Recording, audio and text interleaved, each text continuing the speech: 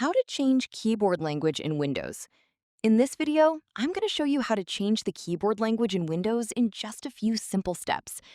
First, click on the Start button and open Settings, or press the Windows key plus I on your keyboard to get there faster. Now click on Time and Language, and then select Language and Region from the left side menu. Under the Preferred Languages section, you'll see the language currently set on your device.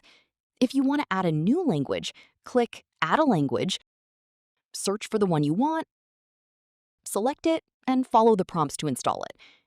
Once it's installed, you'll see it appear in your Preferred Languages list.